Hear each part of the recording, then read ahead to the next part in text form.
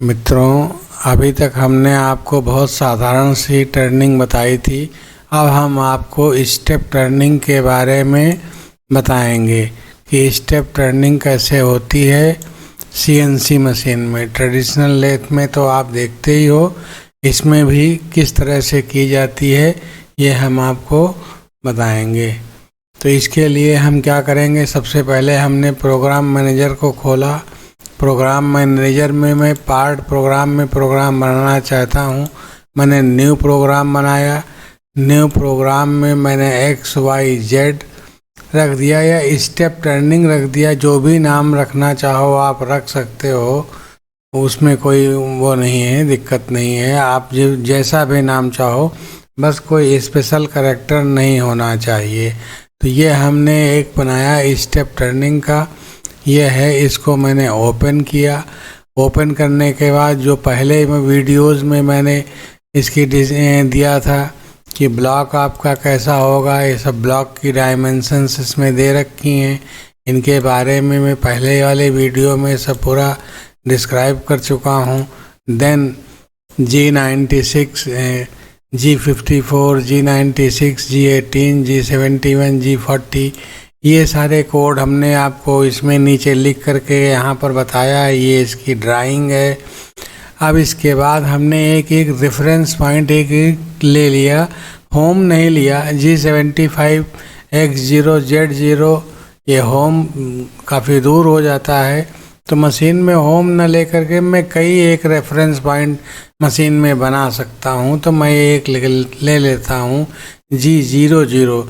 Specially इस code को use करने के लिए भी मैंने आपको बनाया है। इसके बाद मैंने यहाँ पर ये टूल लिया। ये टूल हम यहाँ पर अब रफिंग टूल नहीं लेकर मैं फिनिशिंग टूल लेना चाहता हूँ। तो मैंने इसको फिनिशिंग टूल लेने के लिए एक बार इसको ज़रा सा कट कर दें। रफिंग टूल था पहले, फिनिशिंग टूल था। अब हम फिनिशिंग टूल इसको ले लेते हैं। यहाँ ओके कर दिया। और जो D1 वैल्यू है, ये ऑफसेट वैल्यू है, इसको हम सॉफ्टवेयर में ले रहे हैं, लेकिन आपको मशीन में नहीं लेना है। इस तरह से मशीन में जो एक्चुअल होगा उसी को लेना है, अदरवाइज किसी न किसी प्रॉब्लम में फंस जाओगे। इसके बाद G96 कांस्टेंट कटिंग स्पीड, इसके बारे में आपको मैंने बहुत अच्छी तरह से समझाया है। हर एक मटेरियल की कटिंग स्पीड अलग अलग होती है, चाहे माइल्ड स्टील हो, कार्बन स्टील हो, कास्ट आयरन हो, चिल्ड कास्ट आयरन हो, या एलॉय स्टील हो, स्टेनलेस स्टील हो, तमाम तरह के कापर है, एल्युमिनियम है, ब्रॉस है, ब्रॉन्ज है, इनके सब की कटिंग स्पीड अलग अलग होती, जो आपको डेटा शीट से मिलेगी।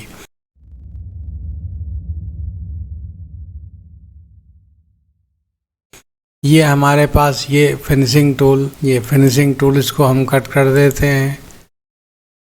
ये कट हो गया। फिर M04 हम क्लॉकवाइज, हमारी HMT की मशीन है, तो इसमें जो फिजिकली मैंने आपको बताया था, M04 लगता है क्लॉकवाइज डायरेक्शन के लिए, M08 कूलेंट ऑन के लिए, G00, G40 और Z2 मैंने जॉब को यहाँ पर कहीं पर इसको टूल जब रैपिड पोजीशन से आता है तो मैं एक पार्किंग ले लेता हूँ, हल्का सा दूर रखता हूँ टूल को, कि कहीं ऐसा ना हो कि किसी तरह का कोई एक्सीडेंट हो जाए, टिप हमारी टूट जाए, इंसर्ट हमारी टूट जाए।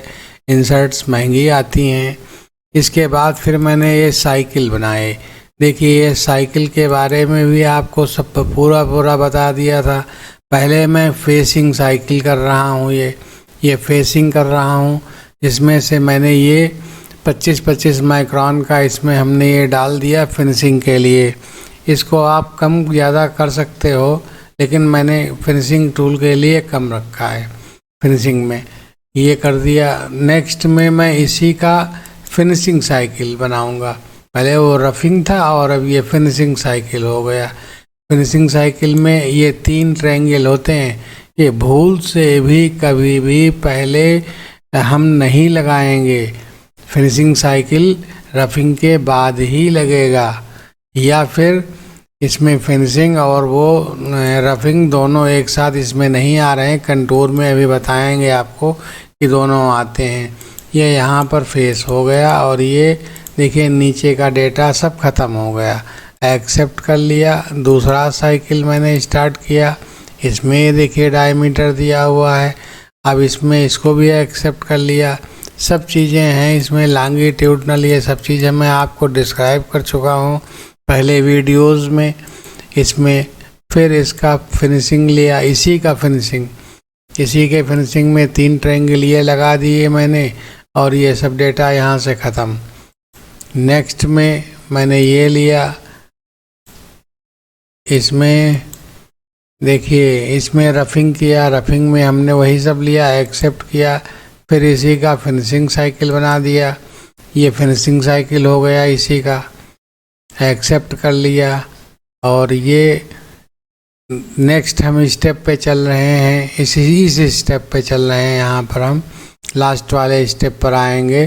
तो यहाँ पर हम आकर के ये देखिए रफिंग कर रहे हैं, एक्सेप्ट कर लिया और फिर इसी की फिनिशिंग कर दिया। ये हमारे 3 ट्रायंगल हो गए, फिनिशिंग हो गया। ये इस तरह से इसका जो प्रोग्राम है वो कंप्लीट हो जाता है।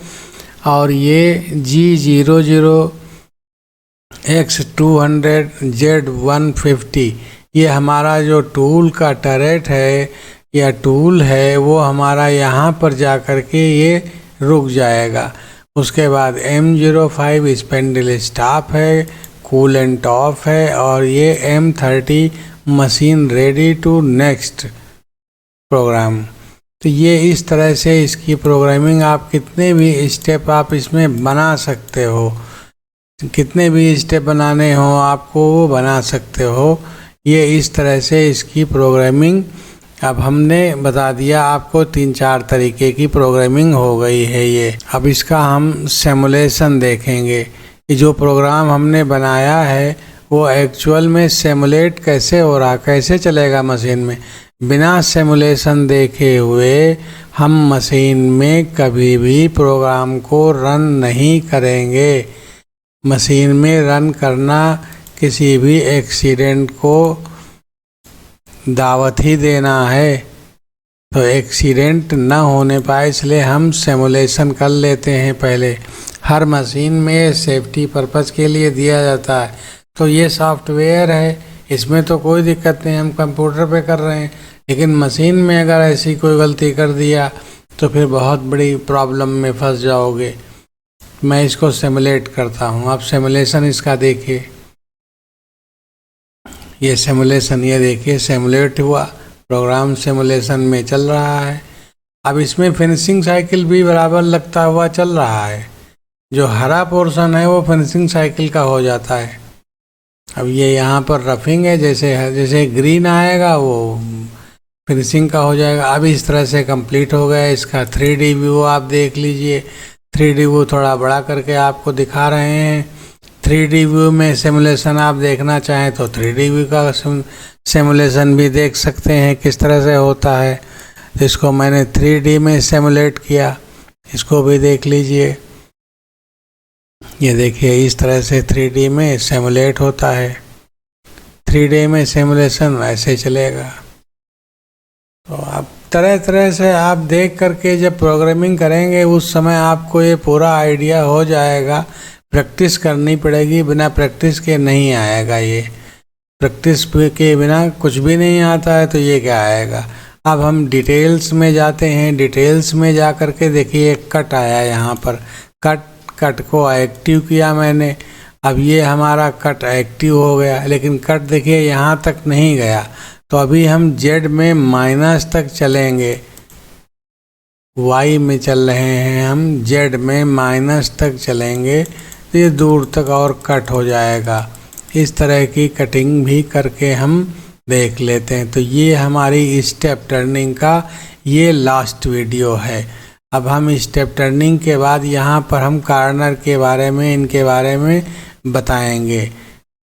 फिर अगले नेक्स्ट उसमें हम बताएंगे आपको कि किस तरह से ये कार्नर में जो आर हम यहाँ पर लिखे हुए हैं G40, G41, G42, ये हमारी रेडियस, नोज रेडियस कंपनसेशन के लिए होता है।